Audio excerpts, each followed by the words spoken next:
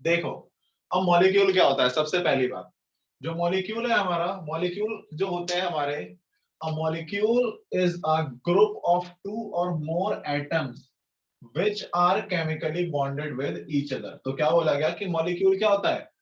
दो और दो से ज्यादा एटम का, किसका? दो या दो से ज्यादा एटम का जो ग्रुप होता है, दो या दो से ज्यादा एटम का क्या होता है? जो ग्रुप होता है, उस ग्रुप को हम लोग क्या कहते हैं? मॉलिक्यूल कहते हैं। क्या कहते हैं? मॉलिक्यूल। तो मॉलिक्यूल क्या होता है? दो या दो से ज्यादा एटम्स के ग्रुप को हम लोग क्या कहते हैं? मॉलिक्यूल कहते हैं, जो केमिकली बॉन्डेड होते हैं, यानी कि दोनों के दोनों केमिकली क्या करते हैं? बॉन्ड बनाते हैं, रिएक्शन करते हैं। ठीक है, तो उसे हम क्या कहते हैं? मॉलिक्यूल। ठीक है, तो पता लगा कि मॉलिक्यूल क्या होता है? दो या दो से ज्यादा एटम का जो ग्रुप होता है, ठीक है, जो केमिकली बॉन्डेड होता है, उसी को हम क्या कहते हैं? मॉलिक्यूल कहते हैं। और केमिकली बॉन्डेड कैसे होता है? मैंने क्लास में पढ़ा रखा है तुम लोगों को। क्या? आयनिक और कोवैलेंट बॉन्ड बताया था कि आयनिक बॉन्ड कैसे बनते हैं, कोवैलेंट कंपाउंड कैसे बनते हैं। इसमें बताया था मैंने कि भाई ट्रांसफर ऑफ इलेक्ट्रॉन से बनते हैं। इसमें क्या होता है? Sharing of electron, sharing of electron से बनते हैं। ये हम लोग पढ़ चुके हैं जाके ऑलरेडी। ठीक है, यहां तक। अब देखो कि बॉन्ड कैसे बनते हैं। तो यहाँ पे क्या बोला गया कि जो मॉलिक्यूल है, तो दो या दो से ज्यादा एटम के ग्रुप को हम लोग क्या कहते हैं? मॉलिक्यूल कहते हैं। और हम लोगों को पता है कि भाई जो सब एटॉमिक पार्टिकल्स हैं उसको जोड़ दें तो एटम्स बनते हैं। इलेक्ट्रॉन, प्रोटॉन, न्यूट्रॉन को जोड़ के एटम बनता है। ठीक है, देन एटम्स को जोड़ दें तो मॉलिक्यूल बनता है। और जब मॉलिक्यूल को जोड़ दें तो क्या बनता है? एलिमेंट और कंपाउंड। सेम टाइप के मॉलिक्यूल को जोड़ेंगे तो एलिमेंट बनेगा, डिफरेंट टाइप के मॉलिक्यूल को जोड़ेंगे तो कंपाउंड बनेगा। हम लोगों ने पढ़ रखा है ना कि हाइड्रोजन हाइड्रोजन के एटम को जोड़ेंगे तो मॉलिक्यूल बनेगा, और वो जो हाइड्रोजन का मॉलिक्यूल होगा उसको जोड़ देंगे तो हाइड्रोजन एलिमेंट बन जाएगा। ठीक है, यहाँ तक। और जब हम फॉर एग्जाम्पल यहाँ पे हमने क्या किया? ऑक्सीजन और हाइड्रोजन के एटम को जोड़ा तो H2O मॉलिक्यूल बन गया, है ना। और जब बहुत सारे H2O मॉलिक्यूल को जोड़ दूंगा तो H2O क्या बन जाएगा? कंपाउंड बन जाएगा। ठीक है, यहां तक तो पता लगा कि भाई कैसे किस सब एटॉमिक पार्टिकल को जोड़ते हैं। तो एटम, एटम को जोड़ के मॉलिक्यूल, मॉलिक्यूल्स को जोड़ के एलिमेंट और कंपाउंड बनता है। ठीक है, कंपाउंड कितने टाइप के थे? आयनिक और कोवैलेंट, यही पढ़ा हम लोगों ने। तो हम लोग यहाँ देख रहे हैं कि भाई किसी भी सब्सटेंस का, सब्सटेंस मतलब यानी कि मैटर, है ना, मैटर यानी कि पदार्थ, यानी किसी भी कंपाउंड का, किसी भी मैटर का जो सबसे छोटा पार्ट होगा वो क्या होगा? मॉलिक्यूल होगा, है कि नहीं। जैसे H2O कंपाउंड है, बहुत सारा पानी है, तो बहुत सारे पानी का जो सबसे छोटा पार्टिकल होगा क्या? H2O का एक मॉलिक्यूल होगा, है कि नहीं। तो वही बोला गया कि molecule is the smallest particle of matter. तो किसी भी मैटर का जो सबसे छोटा पार्ट होता है वो क्या होता है? मॉलिक्यूल होता है, एक्सेप्ट एलिमेंट, एलिमेंट को छोड़ के, एलिमेंट को छोड़ के। तो भाई किसी भी मैटर का, किसी भी कंपाउंड का सबसे छोटा पार्ट क्या हुआ? मॉलिक्यूल हुआ। क्या हुआ? मॉलिक्यूल हुआ।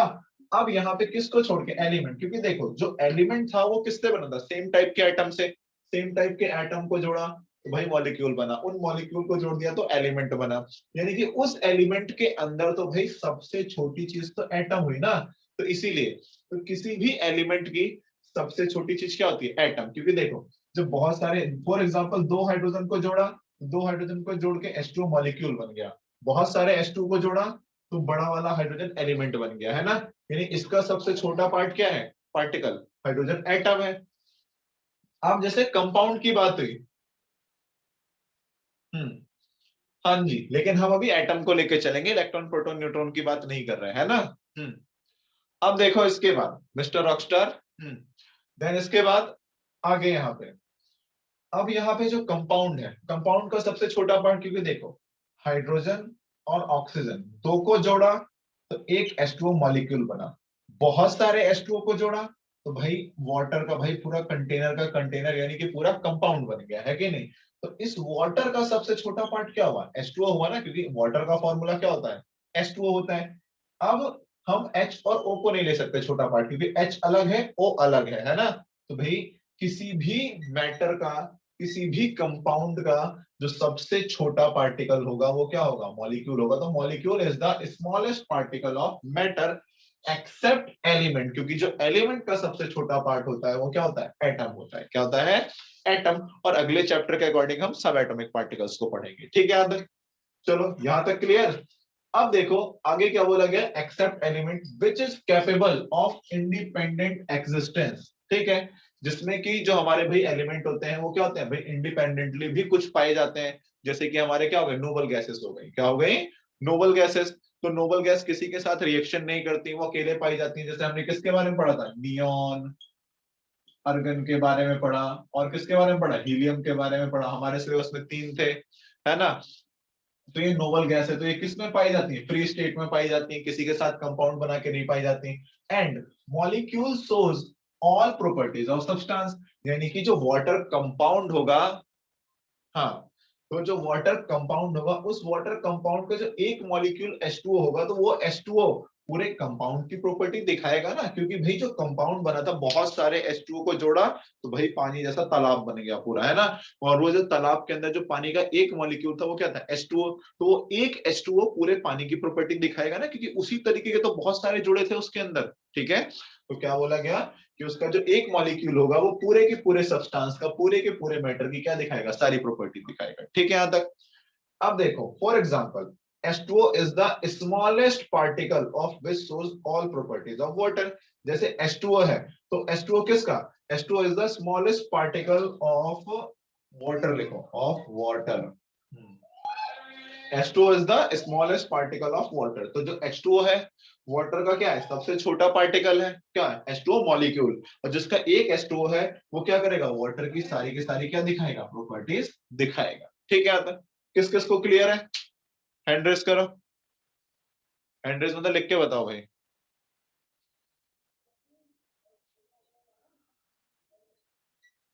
ठीक है, ठीक है, शाबाश, बहुत बढ़िया, क्लियर है भाई। ये रॉकस्टार गेमर कौन है भाई, अपने नाम से आओ जरा। हम्म, हाँ, किसको बताना है भाई अबे। देखो, मैंने क्या बोला कि भाई जो मॉलिक्यूल होता है, दो या दो से ज्यादा एटम के ग्रुप को हम मॉलिक्यूल कहते हैं, ठीक है। अब देखो, जब एटम्स को जोड़ दिया तो मॉलिक्यूल बना। जब सेम टाइप के एटम को जोड़ेंगे तो एलिमेंट बनेगा, डिफरेंट टाइप के एटम्स को जोड़ेंगे तो कंपाउंड बनेगा। यही पढ़ा हम लोगों ने पहले भी, है कि नहीं। जैसे कि भाई एच को जोड़ा तो H2 बना, बहुत सारा H2 जोड़ दिया तो हाइड्रोजन एलिमेंट बन गया।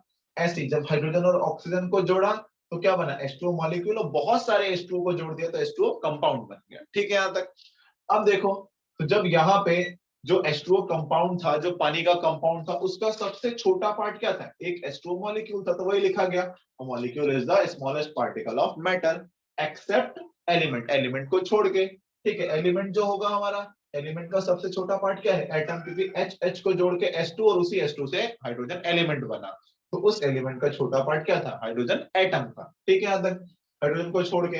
And which is capable of independent existence. तो ये जो हमारे मॉलिक्यूल होते हैं, ठीक है, और कुछ मॉलिक्यूल ऐसे होंगे जो क्या होंगे, इंडिपेंडेंटली पाए जाते हैं। फॉर एग्जांपल, फ्री स्टेट में पाए जाते हैं कौन, जैसे कि हमारे नोबल गैसेस हो गए।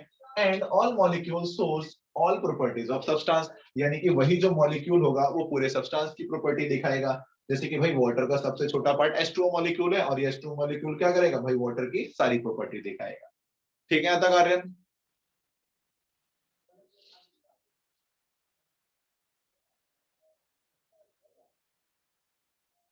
भाई मयंक, हाइड्रोजन नोबल गैस नहीं है, मैंने हाइड्रोजन को नहीं बोला है नोबल गैस, ठीक है।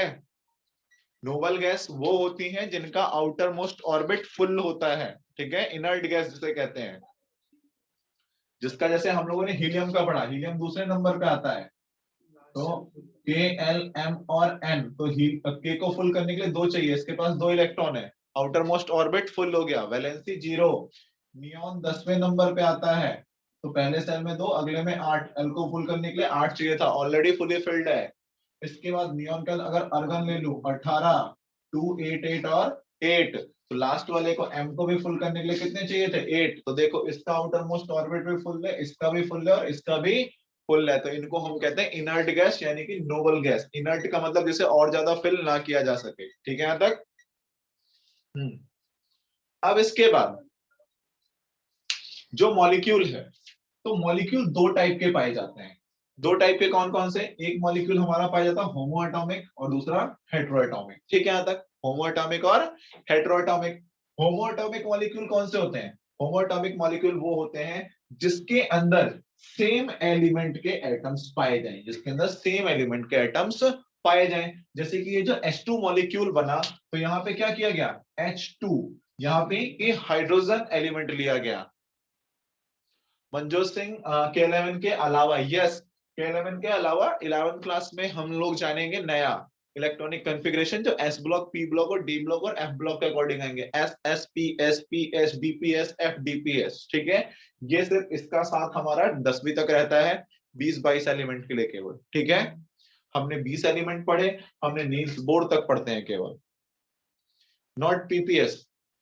School school public school DPS, DPS foreign DPS, ठीक है। चलो अब यहाँ देखो, अब जो H2 बना, हाइड्रोजन गैस बनी, तो जो H2 बना तो इसके अंदर क्या हुआ, हाइड्रोजन एलिमेंट लिया गया। कितने लिए गए, उसके 2 एटम लिए गए। तो देखो हाइड्रोजन हाइड्रोजन को ही जोड़ के H2 बना। O2 कैसे बना, ऑक्सीजन ऑक्सीजन को जोड़ के बना। N2 कैसे बना, नाइट्रोजन नाइट्रोजन को जोड़ के बना। Cl2 कैसे बना, क्लोरीन और क्लोरीन को जोड़ के बना। यानी कि होमोएटॉमिक कब होंगे, जब सेम एलिमेंट के एटम्स को क्या किया जाएगा, कंबाइन किया जाएगा। तो जो मॉलिक्यूल बनेगा वो मॉलिक्यूल क्या कहलाएगा, होमो एटॉमिक मॉलिक्यूल, ठीक है। तो ये कहते हैं कोवेलेंट कंपाउंड में तो यही प्रॉपर्टी है इसकी। ठीक है, तो होमोएटॉमिक मॉलिक्यूल कौन से होंगे हमारे, होमोएटॉमिक मॉलिक्यूल वो होंगे जिसके अंदर सेम एलिमेंट के एटम्स को कंबाइन किया जाएगा। यहाँ पे हाइड्रोजन एलिमेंट के एटम को कंबाइन किया गया, यहाँ ऑक्सीजन के लिए किया गया, यहाँ नाइट्रोजन एलिमेंट को लिया गया, यहाँ क्लोरीन एटम को लिया गया, ठीक है यहाँ तक। अब हेट्रोएटॉमिक कौन से होते हैं हमारे, हेट्रोएटॉमिक हमारे वो मॉलिक्यूल होते हैं, वो कंपाउंड होते हैं जिसके अंदर containing atoms of different element, जिसके अंदर डिफरेंट एलिमेंट्स के एटम को क्या किया जाता है, कंबाइन किया जाता है। और जो मॉलिक्यूल बनता है वो कौन सा कहलाता है, हेट्रोएटॉमिक। जैसे कि यहाँ देखो, एक सोडियम एलिमेंट लिया लिया गया, एक क्लोरीन का लिया गया, दो अलग है, सेम नहीं है, इसके अंदर एच एच दोनों सेम थे। अब देखो H2O है, तो एक हाइड्रोजन और ऑक्सीजन को लिया गया, यहाँ पे नाइट्रोजन और हाइड्रोजन को लिया गया, और यहाँ सल्फर और ऑक्सीजन को लिया गया। इसके अंदर कार्बन, हाइड्रोजन और ऑक्सीजन तीनों को लिया गया। तो यहाँ पे क्या बोला गया, डिफरेंट एलिमेंट के एटम्स को जब हम कंबाइन करते हैं तो जो मॉलिक्यूल बनता है कौन सा बनता है, हेट्रो एटॉमिक मॉलिक्यूल बनता है। और जब सेम एलिमेंट के एटम्स को कंबाइन करेंगे तो क्या बनेगा, होमो एटॉमिक मॉलिक्यूल बनेगा, ठीक है। यहाँ तक क्लियर है सबको। मॉलिक्यूल के कितने टाइप्स हैं, 2, यस सर, यस।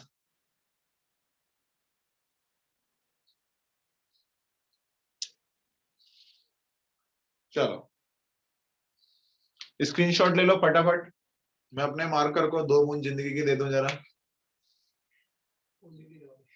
भैया मंदिर से पूजा करके आ रहा, नहीं भाई मम्मी ने टीका लगा दिया।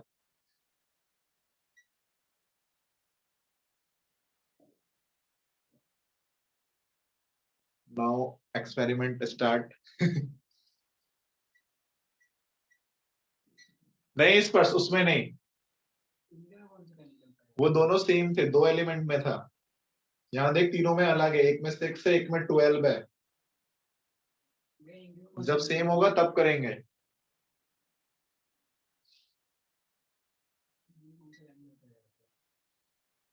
Die, mixture of colours.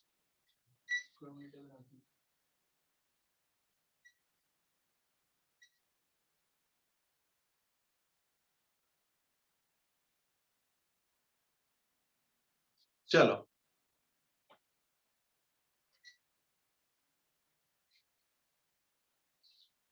ये क्वेश्चन किसने पूछा है लास्ट में, कि किस एटम का बॉन्ड कौन सा होगा, एटम का नहीं मॉलिक्यूल का, ठीक है। और ये मैं क्लास में करा चुका हूं, यहाँ पे वो टॉपिक मैं दोबारा अभी नहीं, जब रिवीजन में कराऊंगा तब कर लेना, ठीक है। जब कंप्लीटली ट्रांसफर हो रहा होगा तब आयोनिक, और जब शेयरिंग होगा तो कोवेलेंट। चलो रब कर रहा हूं अब इसे मैं।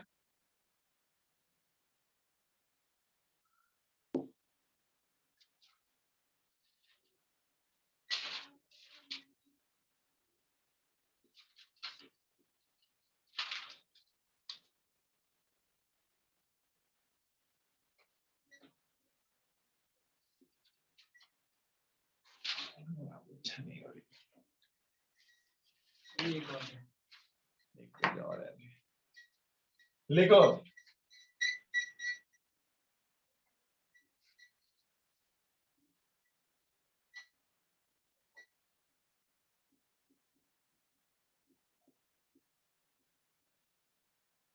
Molecular mass.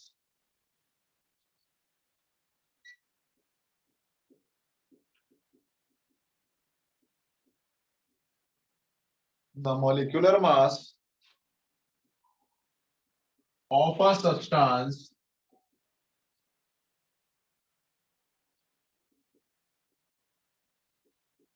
is the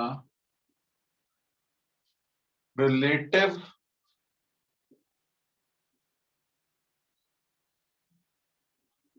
mass of its molecule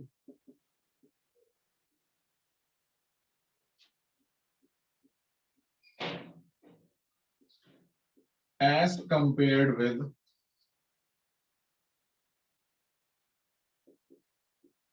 the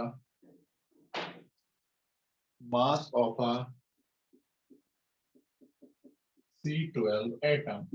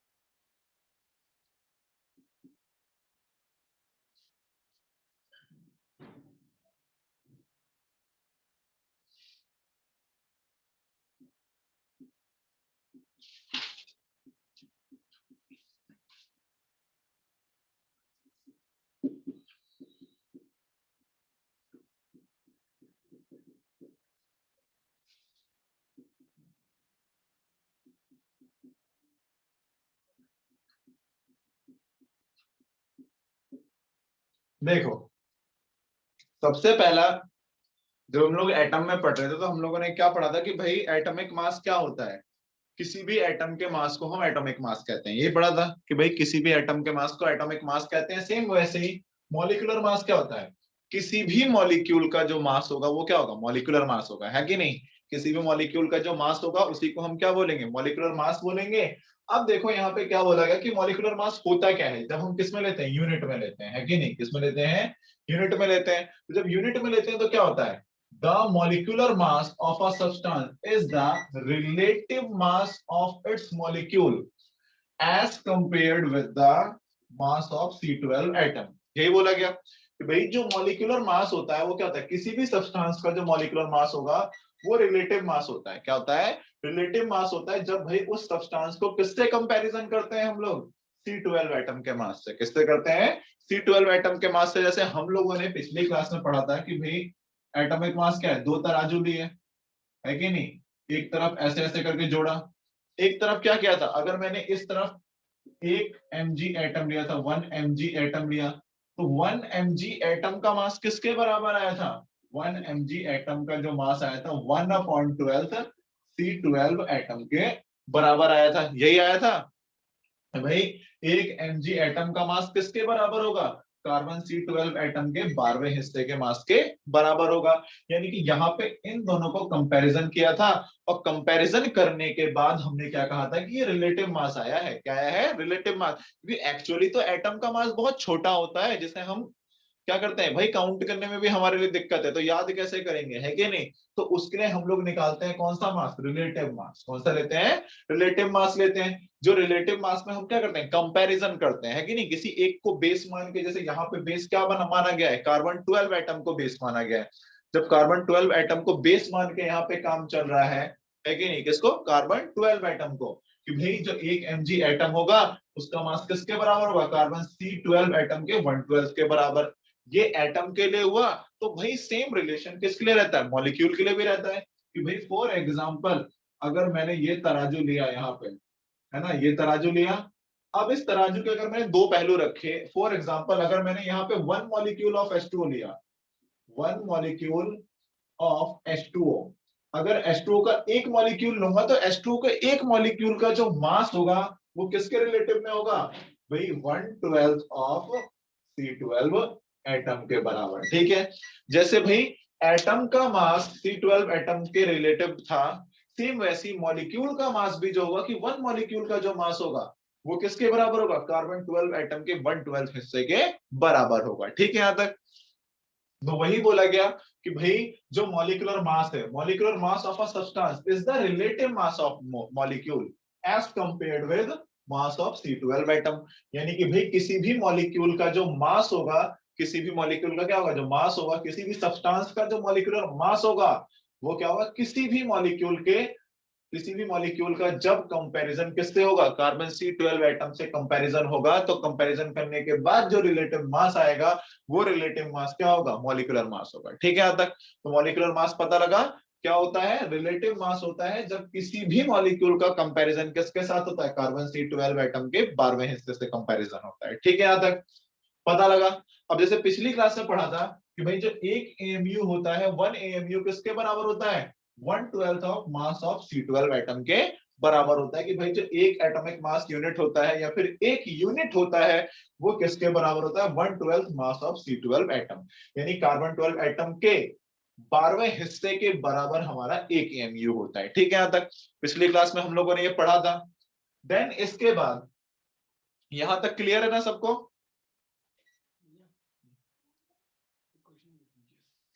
mg का मास 24 होता है और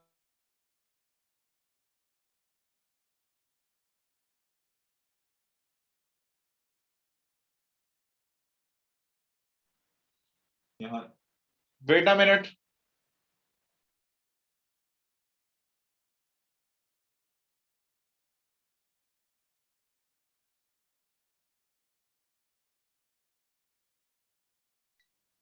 हेलो, वॉइस आ रही है मेरी अब?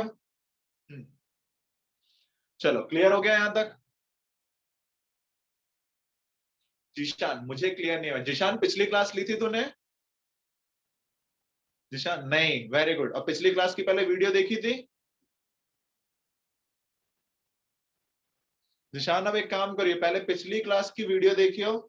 उसके अंदर हमने देखा था, है ना, कि भाई एक एटम का जो मास होता है कार्बन C12 एटम के बराबर होता है ना। कार्बन C12 एटम के मास के 1/12 हिस्से के बराबर होता है। ठीक है। सेम वैसे मॉलिक्यूल का मास भी, तो एक मॉलिक्यूल का जो मास होगा वो किसके बराबर होगा? कार्बन C12 एटम के 12वें हिस्से के बराबर होगा। ठीक है।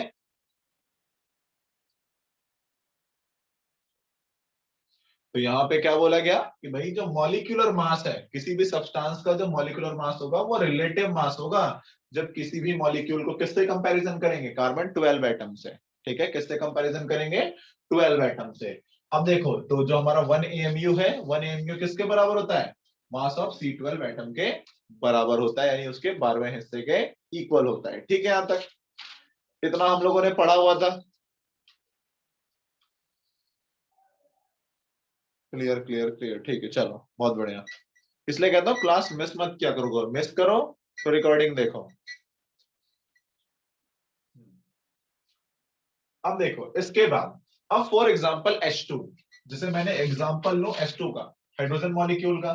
अगर H2 मॉलिक्यूल है तो मॉलिक्यूलर मास क्या होगा H2 का, 2mu होगा, क्योंकि भाई हाइड्रोजन का मास 1 है, कितने हाइड्रोजन है 2, तो 1 मल्टीप्लाई 2 कितना हो जाएगा 2mu, है कि नहीं। तो इसका मतलब क्या है, it means one molecule of H2 is 2 times heavier than C12 carbon atom. जैसे पिछली क्लास में पढ़ा था हमने कि एक मैग्नीशियम एटम का मास 24U होता है, तो ये जो 24U है इसका मतलब क्या है, ये 24U जो है ये कार्बन C12 एटम के 12वें हिस्से से 24 गुना हैवी है। कितने गुना हैवी है, 24 टाइम्स हैवियर है। तो सेम यहाँ पे एक H2 मॉलिक्यूल का मास कितना होता है भाई, 2 AMU होता है। कितना होता है, 2 AMU होता है। तो इसका मतलब क्या है कि जो H2 का वन मॉलिक्यूल है, H2 का क्या है, ठीक है आदर्श, ठीक है। It means one molecule of H2 is 2 times heavier than 112 of carbon atom। इसका मतलब क्या है कि जो H2 का एक मॉलिक्यूल होगा वो कार्बन C12 एटम के 12वें हिस्से से 2 गुना हैवी होगा। कितना होगा, 2 टाइम्स हैवियर होगा। सेम ऐसी जैसे अगर हमारा H2O है तो H2O का मॉलिक्यूलर मास कितना होता है 18U, हाइड्रोजन का 1 है, कितने हाइड्रोजन है 2, ऑक्सीजन का कितना है भाई 16, तो 16 और 2 कितना हो जाएगा 18U। तो H2O मॉलिक्यूल का, तो एक H2O मॉलिक्यूल का मॉलिक्यूलर मास कितना है भाई 18U, और इस 18U का मतलब क्या है, it means one molecule of H2O is 18 times heavier than C12 carbon atom. यानी कि H2O मॉलिक्यूल का जो मास है कितना है भाई 18U है। तो इसका मतलब क्या है कि भाई जो H2O का एक मॉलिक्यूल होगा वो कार्बन C12 के 12वें हिस्से से 18 गुना हैवी होगा, 18 टाइम्स क्या होगा, हैवियर होगा। ठीक है, यहां तक क्लियर है ये।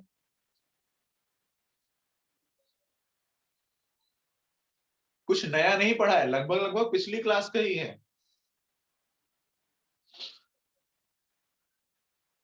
क्लियर है।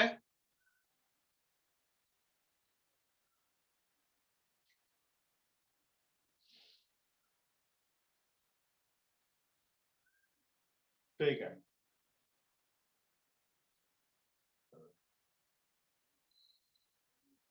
चलो बहुत बढ़िया, शाबाश।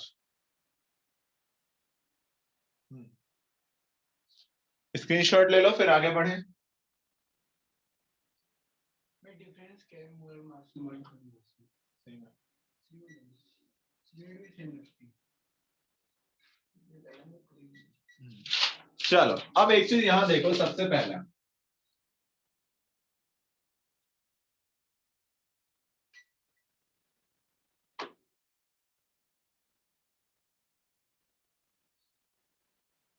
पिछली क्लास याद है, पिछली क्लास के अंदर हमने पढ़ा था कि भाई ऑक्सीजन एटम का जब पढ़ रहे थे 16U और 16 ग्राम में क्या फर्क है कि नहीं, यही पढ़ा था। तो 16U का मतलब क्या था, mass of one oxygen atom, one oxygen atom का मास था। और 16 ग्राम का मतलब क्या था कि मास ऑफ 6.022 इंटू 10 की power 23 number of O atom.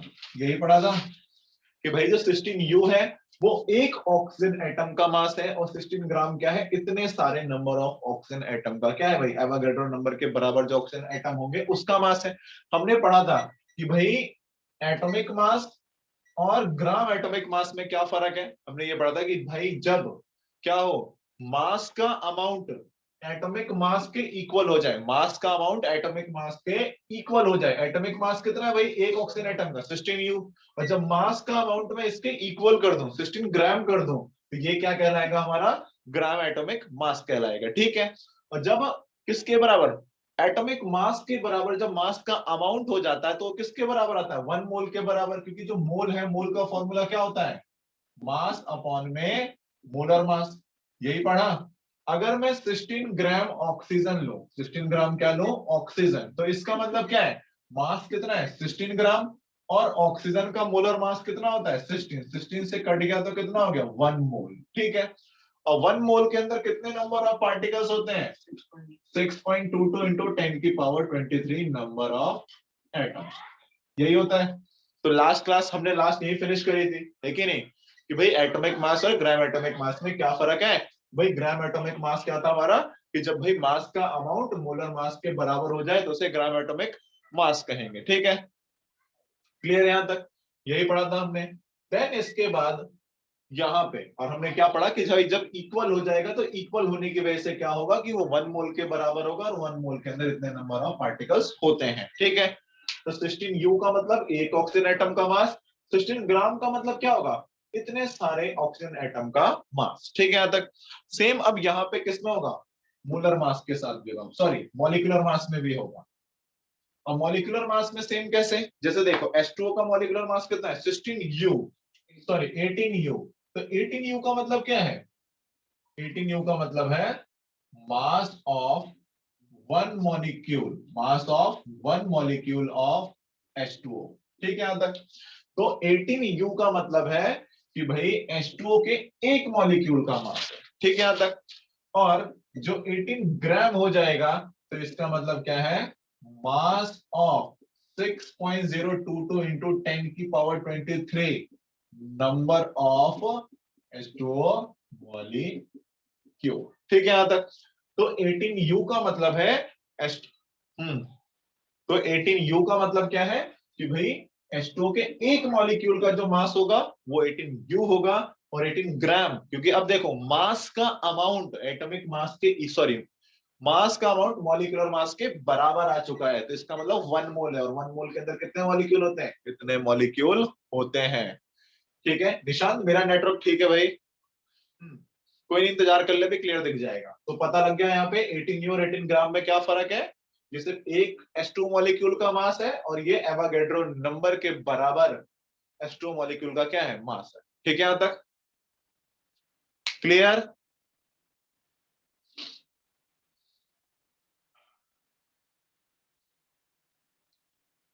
Clear है? चलो लिख लिया इसे?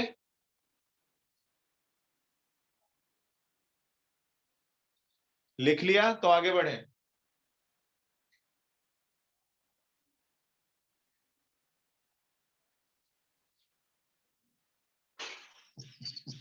Done, okay.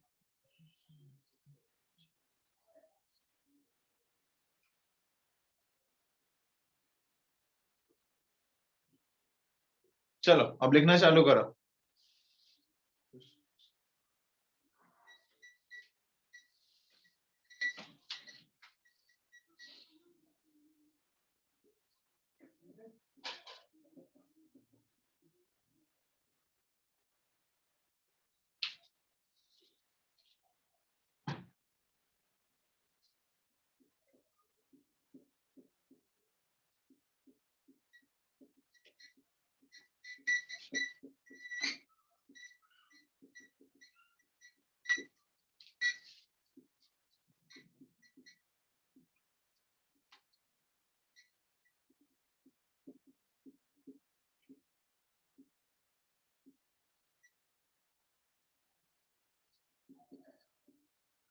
is called,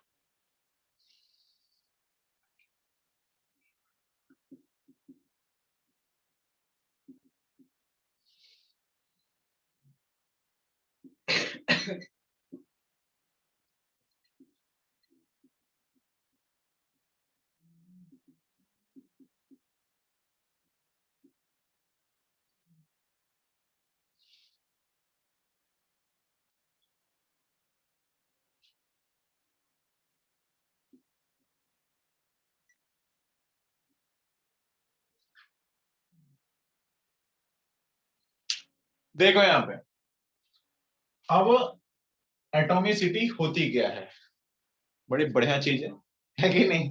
अब देखो एटॉमिसिटी क्या होती है, एटॉमिसिटी का मतलब क्या है, number of atoms present in one molecule of an element is called atomicity. ठीक है, किसी भी एलिमेंट के एक मॉलिक्यूल में, किसी भी एलिमेंट के एक मॉलिक्यूल में जितने नंबर ऑफ एटम्स प्रेजेंट होंगे, जितने नंबर ऑफ एटम्स प्रेजेंट होंगे उसी को हम क्या बोलेंगे, एटॉमिसिटी, है ना। क्योंकि अभी हमने पढ़ा था कि जो भाई मॉलिक्यूल होते हैं, मॉलिक्यूल दो हिस्सों में डिवाइड होते हैं, एक एलिमेंट दूसरा कंपाउंड। जब सेम टाइप के होंगे एटम्स उसके अंदर, है ना, तो क्या कहलाएगा, एलिमेंट बनेगा। जब डिफरेंट एटम्स होंगे तो क्या बनेगा भाई, कंपाउंड बनेगा। यही पढ़ा था हमने। तो वही यहाँ पे बोला गया कि भाई किसी भी एलिमेंट के अंदर, ठीक है, किसी भी एलिमेंट के एक मॉलिक्यूल में, किसी भी एलिमेंट के एक मॉलिक्यूल के अंदर जितने नंबर ऑफ एटम्स प्रेजेंट होंगे तो वो क्या कहलाएगा, हमारा एटॉमिसिटी कहलाएगा। ठीक है यहाँ तक। जैसे हमें पता है कि जो भाई हीलियम, आर्गन, नियॉन है, तो ये क्या है भाई, इसके अंदर सेम एटम है हमारा He, है कि नहीं। O2, तो जो O2 एलिमेंट है, O2 एलिमेंट के अंदर क्या भाई, O2 मॉलिक्यूल है हमारा, सिर्फ ऑक्सीजन है। O3 इसके अंदर भी सिर्फ क्या है, ऑक्सीजन है। P4 इसके अंदर क्या है, सिर्फ फास्फोरस है। S8 यानी इसके अंदर क्या है भाई, सल्फर है। तो भाई ये भी एक एलिमेंट, एक एलिमेंट, एक एलिमेंट, एलिमेंट, एलिमेंट। तो इस एलिमेंट के जो मॉलिक्यूल है, ठीक है, सल्फर एलिमेंट का जो मॉलिक्यूल है, फास्फोरस एलिमेंट का जो मॉलिक्यूल है, ऑक्सीजन एलिमेंट का जो मॉलिक्यूल है, ऑक्सीजन, हाइड्रोजन, क्लोरीन का जो मॉलिक्यूल है, हीलियम, आर्गन, नियॉन का जो ये क्या है, इस एलिमेंट के जो क्या है भाई, मॉलिक्यूल है। तो इस मॉलिक्यूल के अंदर जितने नंबर ऑफ एटम प्रेजेंट होंगे उन नंबर ऑफ एटम्स को हम क्या कहते हैं भाई, एटॉमिसिटी कहते हैं। ठीक है। जैसे इसके टाइप्स, पहला है मोनो एटॉमिक। मोनो मतलब होता है वन एटम। कितना होता है, वन। मोनो एटॉमिक का मतलब क्या है, वन एटम। ठीक है। तो जिस मॉलिक्यूल के अंदर सिर्फ एक एटम होगा उसको क्या बोलेंगे, मोनोएटॉमिक। ठीक है भाई मनजोत, एटॉमिसिटी 5 से लेके 7 तक है, उन सबको पॉलीएटॉमिक कहते हैं। ठीक है। अब यहाँ पे मोनोएटॉमिक का मतलब क्या है, वन एटम। तो वन एटम जिसमें सिर्फ एक ही एटम होगा, इसके अंदर सिर्फ एक ही एटम है हीलियम का, सिर्फ एक ही एटम है आर्गन का, एक ही एटम है नियॉन का, तो इसकी एटॉमिसिटी क्या हो गई, वन। डाई एटॉमिक का मतलब क्या है, टू एटम, जिसके अंदर कितने एटम हो, दो। जैसे O2 तो दो ऑक्सीजन एटम है, H2 तो दो हाइड्रोजन एटम है, Cl2 तो दो क्लोरीन एटम है। तो यहाँ पे इसकी एटॉमिसिटी कितनी आ जाएगी, टू। ट्राई एटॉमिक का मतलब क्या होता है, थ्री एटम। कितने एटम, थ्री एटम। तो जिसके अंदर थ्री एटम पाए जाएंगे, जैसे O3 है, ओजोन लेयर, ये किसका फॉर्मूला होता है, ओजोन लेयर का। भाई इसके अंदर कितने हैं, तीन ऑक्सीजन एटम है, तो इसकी एटॉमिसिटी कितनी हो गई, तीन। टेट्रा एटॉमिक का मतलब क्या होता है, फोर एटम। कितने, फोर एटम। तो जहां पे कितने एटम होंगे, फोर एटम्स पाए जाएंगे। P4 जो मॉलिक्यूल है इसके अंदर कितने फास्फोरस है, चार फास्फोरस एटम है, तो इसकी एटॉमिसिटी कितनी हो गई, चार। और जब चार से ज्यादा हो जाएगी, किससे ज्यादा हो जाएगी, चार से ज्यादा, तो क्या कहलाएगी, पॉली एटॉमिक कहलाएगी। चाहे पांच वाला हो, छह वाला हो, सात वाला, आठ वाला हो, तो सारे के सारे क्या कहलाएंगे, पॉली एटॉमिक कहलाएंगे। जैसे सल्फर S8 जो हमने पढ़ा था, क्वेश्चन किया था एक्सरसाइज का, याद होगा। ठीक है, तो उसके अंदर सल्फर S8 था, तो उस S8 है, तो सल्फर सॉलिड कैसे बना, आठ सल्फर को मिला के बना। तो भाई इसकी एटॉमिसिटी कितनी हो गई भाई, एट हो गई। कितनी हो गई, एट हो गई। ठीक है, यहां तक किस किस को क्लियर है atomicity,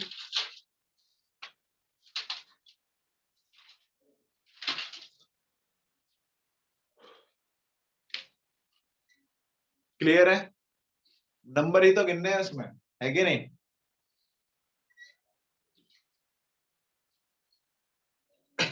chapter finish. Oh, find the number of ions.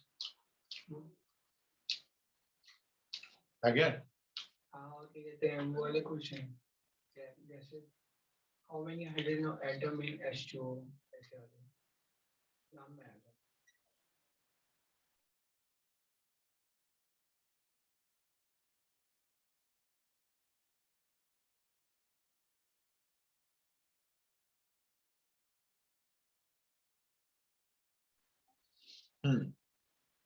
चलो अब देखो, चैप्टर नंबर 3 फिनिश। अब चैप्टर नंबर 4 के कुछ टॉपिक हो गए हैं, कुछ रह गए, कुछ क्या भाई आधे से ज्यादा ही रह गए, है ना। सारे मॉडल्स रह गए हैं। तो अगली क्लास में हम लोग क्या करेंगे, या तो क्वेश्चंस करेंगे कुछ, अगर कुछ इंपॉर्टेंट क्वेश्चन इस चैप्टर के मिस हो गए होंगे, तो वो करेंगे, अदरवाइज हम लोग चैप्टर नंबर 4 के मॉडल से स्टार्ट करेंगे। ठीक है, स्ट्रक्चर ऑफ एटम्स। ठीक है यहाँ तक?